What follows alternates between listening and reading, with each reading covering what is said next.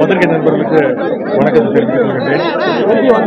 நம்முடைய சுதந்திர போராட்ட தியாகி, இந்தியாவிற்காக இராணுவத்தில் பாடுபட்டவர், சமூக நீதி போராளி, மறைந்த ஐயா திரு இமானுவேல் சேகரனார் அவருடைய 68வது நினைவு நாளை ஒட்டி மாண்புமிகு முதலமைச்சருடைய அறிவுறுத்தின்படி தமிழக அரசின் சார்பாக நானும் கழகத்துடைய மூத்த அமைச்சர்களும் சட்டமன்ற உறுப்பினர்களும் கழகத்தினரும் வந்து இங்கே எங்களுடைய மரியாதையை நாங்கள் செலுத்தியிருக்கின்றோம்.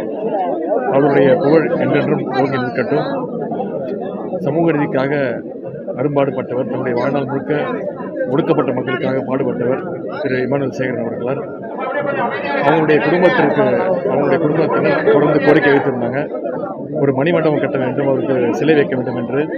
சென்ற வருடமே நம்முடைய முதலமைச்சர் அவர்கள் அதற்கான உத்தரவை இட்டார்கள். உடனடியாக 3 கோடி ரூபாய் ஒதுக்கீடு செய்தார்கள். அந்த நினைவு மண்டபம் கிட்டத்தட்ட 95% பணி நடைபெற்று பரமக்குடி நகராட்சி சொந்தமான இடத்துல நினைவு மண்டபம் கட்டப்பட்டிருக்கிறது. சிலை வைக்கின்ற இறுதிப் பணிகள், அவருடைய திருவுருவ சிலை வைக்கின்ற இறுதிப் பணிகள் இன்னும் 2 மாதங்களில் அந்த மணிமண்டபம் சிலையும் திறக்கப்படும் என்ற செய்தியை இங்கே நான் கூறிக்கொள்ள விரும்புகின்றேன்.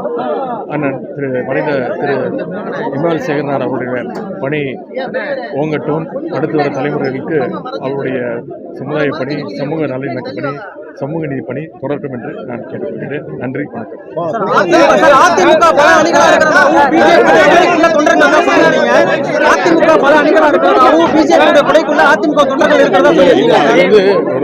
மறைந்த தலைவருக்கு மரியாதை செலுத்துகிறோம். இங்க நான் அரசியல் பேசுறேன்.